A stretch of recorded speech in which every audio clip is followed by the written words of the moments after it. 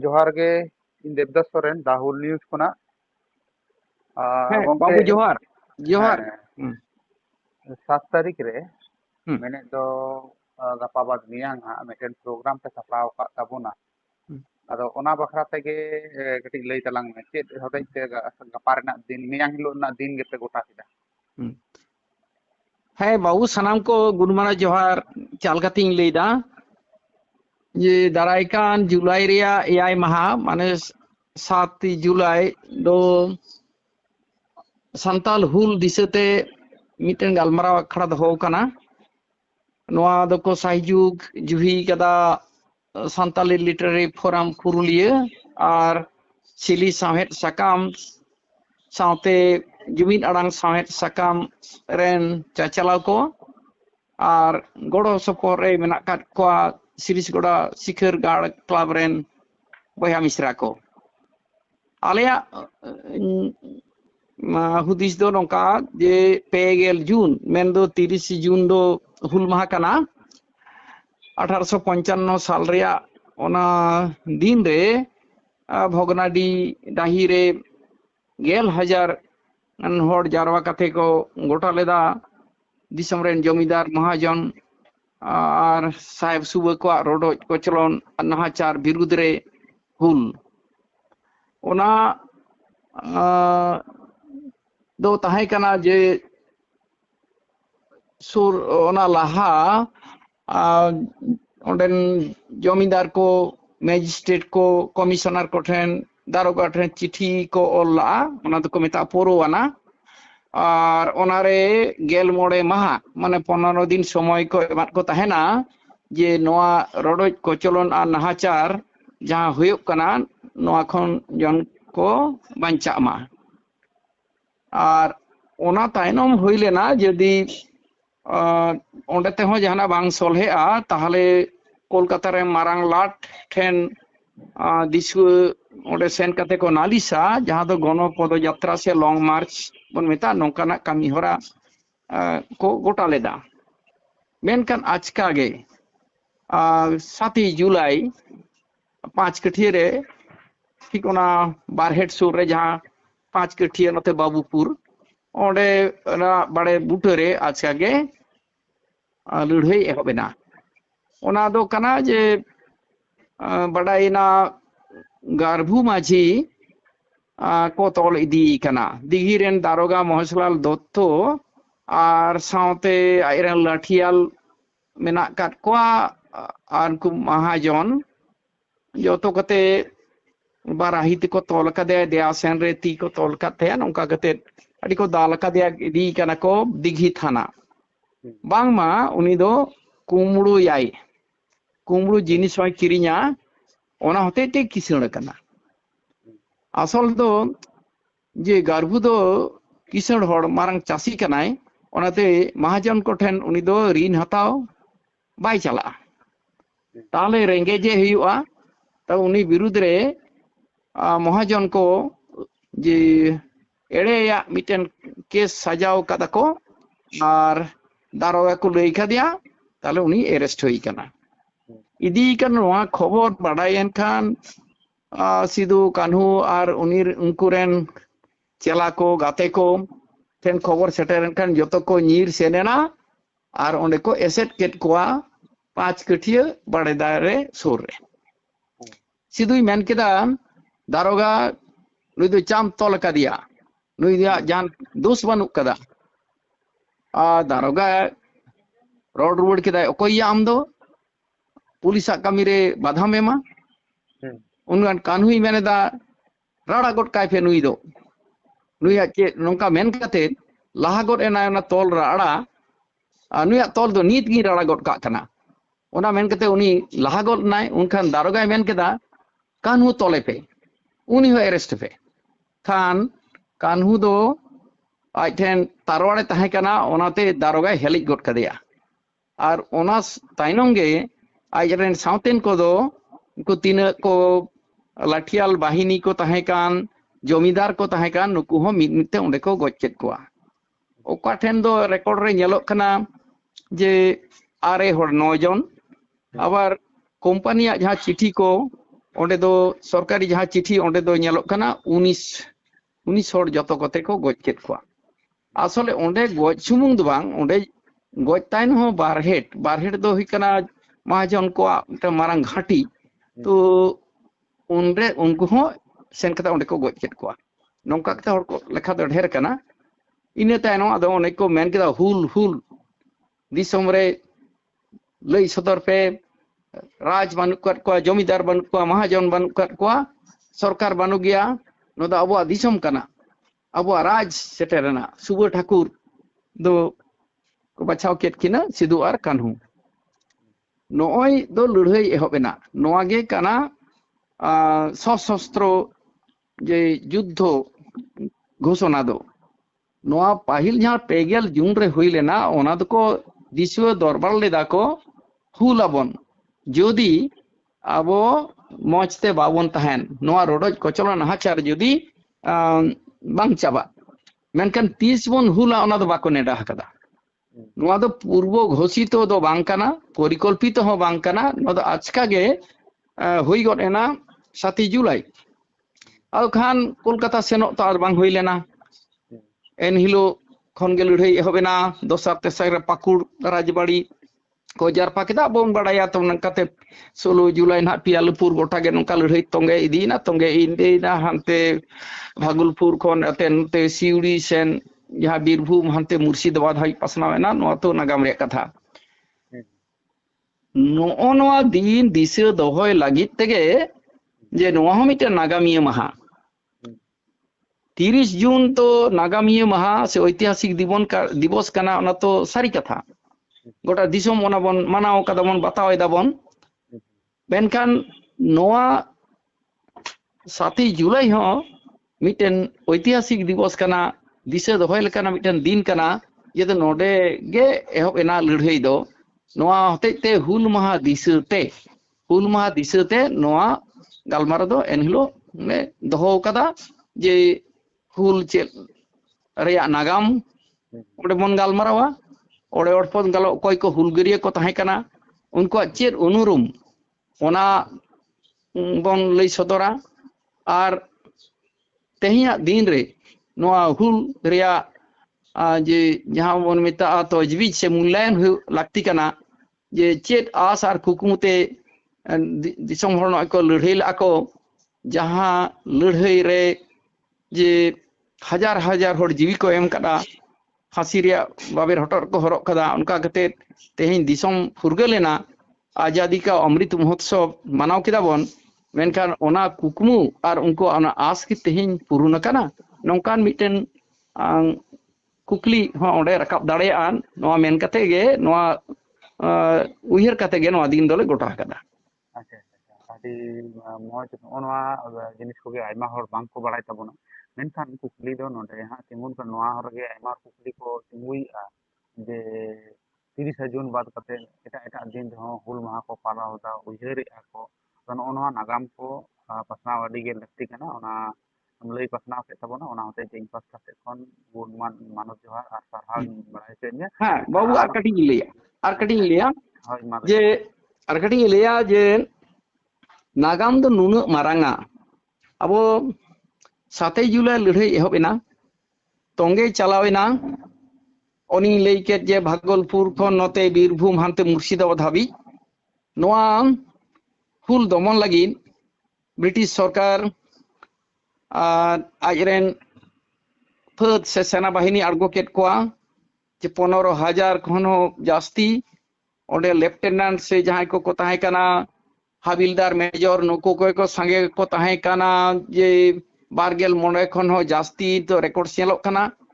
तो no enter हो बांको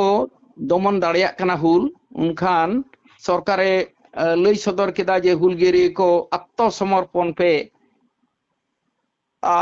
एनेखान बइन चिका पिया मेनखान अकोय हो बाको आत्मसमर्पण लेदा खान सिरोपाय लई सदर केदा सिधु 10,000 टाका कान्हू 9,000 टाका एटा को 1,000 ओना जुग रे 1 टाका रे जहां 1 मन होड़ो नामो कान थाहेना नौकान दिन रे 9,000 सिरोपा एनते हो बांग हुई लेना आदो सरकार 10 नवंबर যে মার্শাল ল দিশম রে জারি কেদা মানে মিলিটারি আইন যে জারি কেদায় ওনা রে মানে ᱫᱚ ᱦᱩᱭᱩᱜ ᱠᱟᱱᱟ ᱡᱮ ᱧᱮᱞ ᱥᱟᱱᱛᱟᱲ ᱧᱮᱞ ᱟᱠᱟᱫ ᱥᱮ ᱜᱩᱞᱤ ᱠᱟᱛᱮ ᱜᱚᱡᱮ ᱢᱟ ᱦᱟᱲᱟᱢ ᱠᱟᱱ ᱵᱩᱲᱦᱤ ᱠᱟᱱ ᱜᱤᱫᱟᱹᱨ ᱠᱟᱱ ᱯᱤᱫᱟᱹᱨ ᱠᱟᱱ ᱡᱚᱛᱚ ᱜᱚᱡ ᱦᱩᱭᱱᱟ ᱟᱨ ᱱᱚᱛᱮ ᱟᱛᱩ ᱥᱟᱱᱛᱟᱲ ᱟᱛᱩ ᱜᱚᱴᱟ ᱥᱮᱸᱜᱮᱞ ᱠᱚ ᱡᱩᱸᱰᱤᱭᱮᱫᱟ ᱱᱩᱱ ᱢᱟᱨᱟᱝ ᱢᱤᱫᱴᱮᱱ নাহাচার ᱱᱚᱝᱠᱟᱱ ᱢᱤᱫᱴᱮᱱ ভয়ঙ্কর ᱢᱤᱫᱴᱮᱱ যে যাহা কো মেতাগᱼᱟ অমানুষিক সে পাশবিক মিটন যে যে কর্মকাণ্ড নৌকা হই পারমেনা যে আবো বাড়ায়া ওনা বিদেল 1400 চেতান সান্তাল আতু বেরেট লেনা দামিন দিসম রে আর হড় লেখা তেদো সরকার রিপোর্ট লেখাতে 82,000 গান को हड़ को गिरबासी लेना तो नोआ लड़ाई रे ñेलेना जो तो अतु दिसम तो लो तोरजेना जहां को सारी एना को बजाव कान को घायल काना बीर रे बुरु को कुइना कोई दो बारिन दिसम ना जहां बांग्लादेश दिनाजपुर सेन को नीर केदा कोई दो असम से कोई दो नेपाल सेन तो नो सारी एना बो नीना सरकारी जहां रेकॉर्ड्स तो बनुआ एंते हो नोआ हिसाबोग कना जे अर्धेक हड़ बाराबारी मेनकान 35,000 खन 40,000 हड़ नोआ लड़ाई को गज कना जहां तो को मेता आबाल वृद्ध वनिता को गज कना नोआ नोआ हतीते जे ब्रिटिश सेना अकोय हम बाको बचाव का कुआ दोसर कथा कन हड़ जेल को बुझ केदा जे बांचा रे हड़ दो आदो बानुआ गज खान जतो हड़ बन गुजुआ मिते उनकान एरा हपन जतो को ओडोंगेना लड़ाई रे को हेजना गुजुआ बन जतो हड़ जेल खान जेल गे हुआ जतो हड़ा नोना गे तो गण संग्राम तो नोंका नो यदि तजबीज कते बन नेला भारत रेया नुनमारांग फुरगल लड़ाई से स्वाधीनता संग्राम रे मिधा हो ओकारे हो मार्शल लो बांग जारी कना और ओकाटा लड़ाई रे हो जे नुन हजारे हजारे जे गिदर पिदर हाड़ाम बुढ़ी आबाल वृद्ध वनिता जहां को जे बांको गज हचो कना नोआ अतिते नोआ मिटेन गण संग्राम आदो नुन मारांग जहां हुल तेहिं नेलो कना जे नोआ रे रेकॉर्ड्स तो अब सामरे बांग ताहे कना जे अबरन उनकान हर हो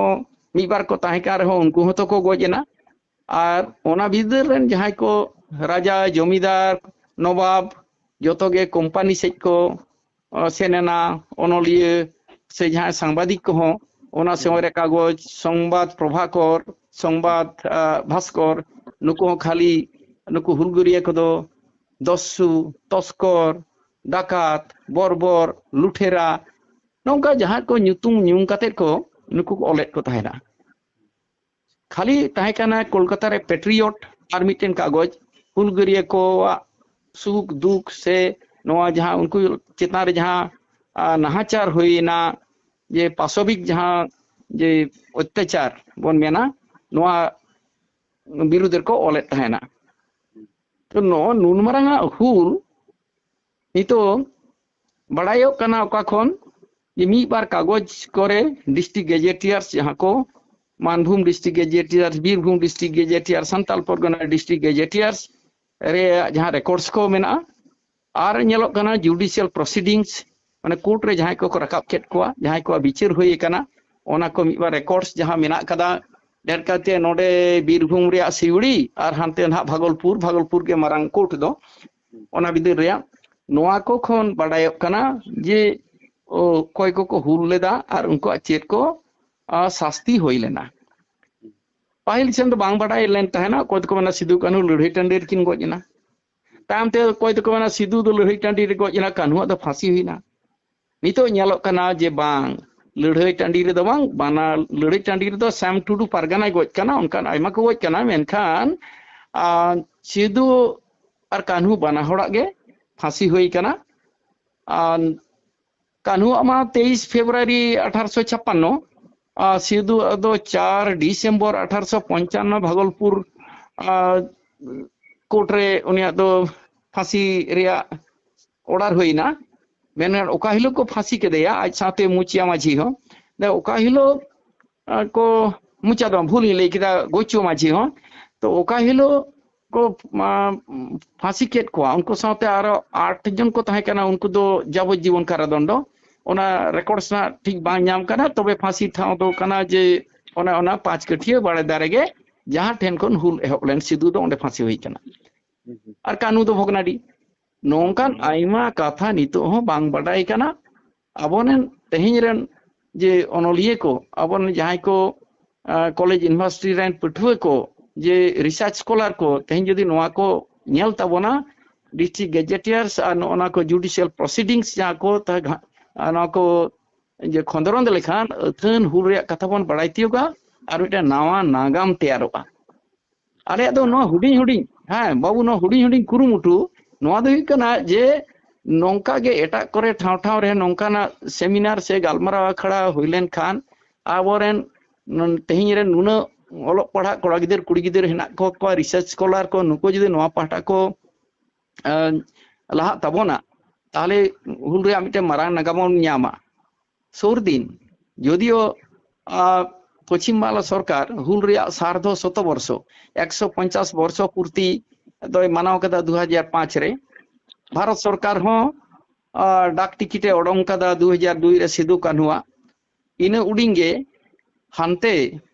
नेलोबन जे राष्ट्रपुंजरे यूएनओ रेन सेक्रेटरी जनरल मान जहां जे सेक्रेटरी जनरल ओना समय ताहे कना बान की मून मना है बान की मून ठीक ठीक बान की मून 2010 रे उनी होय लई सदर केदा जे नोआ हुल दो कना धरती रिया जतो खना पाहिल उतरा और जतो खना मारांग चासी को हुल और फुरगल लड़ाई जे नोआ कना जे पृथ्वीर इतिहासे प्रथम एवं सर्वबृहत कृषक विद्रोह और मुक्ति संग्राम तो नोआ जे नुन मारांग कथा रोड कदा ओना लेकारे गोटा पृथ्वी तेहि नोआ महा मानाव रिया मिटेन संदेश वार्ता सेटर कना आर को मानाव दा आयमा ठेन आदो मुचेर नोई मेना जे आबो नोआ इदी केते चेत को बन चिकाइदा नोआ से अबरन नुको बिरदाली को उयर भावना को होचो को लागित गे अले नोआ हुडु माछा कुरुमटु दो त्यासे तेहिन नेलो कना जहां आसार कुकुमुते सिदु कान्हु तको नुन हजार होड़ जीवी को एम केदा ओना आसार कुकुम चेद अबो पुरुन कना मेन दो जहां दो डिंडे निये भिटे निये जे एरा निये उरु निये जहां को लड़ाई ला जहां दो मेंदा सेदाय लेका बेता बेते न्याम रुड़ लगित तबे दो हुल गया हो ओना तेहिन की पुरुन कना तेहिन हो नेलो कना ओकर दो डैम न्यूम काते और को उच्छेद होचो कना ओका ठेन दो जे खादान से खनिज न्यूम काते को उच्छेद होचो कना ओका ठेन दो कल कारखाना वैसे न्यूम काते को ओने को उच्छेद होचो कना ओका ठेन दो जे बीर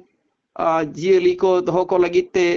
अभयारण्य काते मेन काते को उच्छेद होचो कना जते गे जतो गे नुकु दो कना को आदिवासी हो अडी अडी सरहाव और मानव जोहार गंके मा ताले हाँ बाबू नोडे गेलाम हाँ बाबू आज का गे नोआ लांग एहब केदा जाई हो इन ये जहां को कथिन रोड दाव नाम केदा आम साव रोपड़ रे नोआ कथा दिसम रेन बया मिश्रा को थेन जे चाल तावन में नोआ इदी कते तजवीज होई चोन नुका कमी इदी तावन में मा इ हो दुलर थुम ताहेन अच्छा जोहार जोहार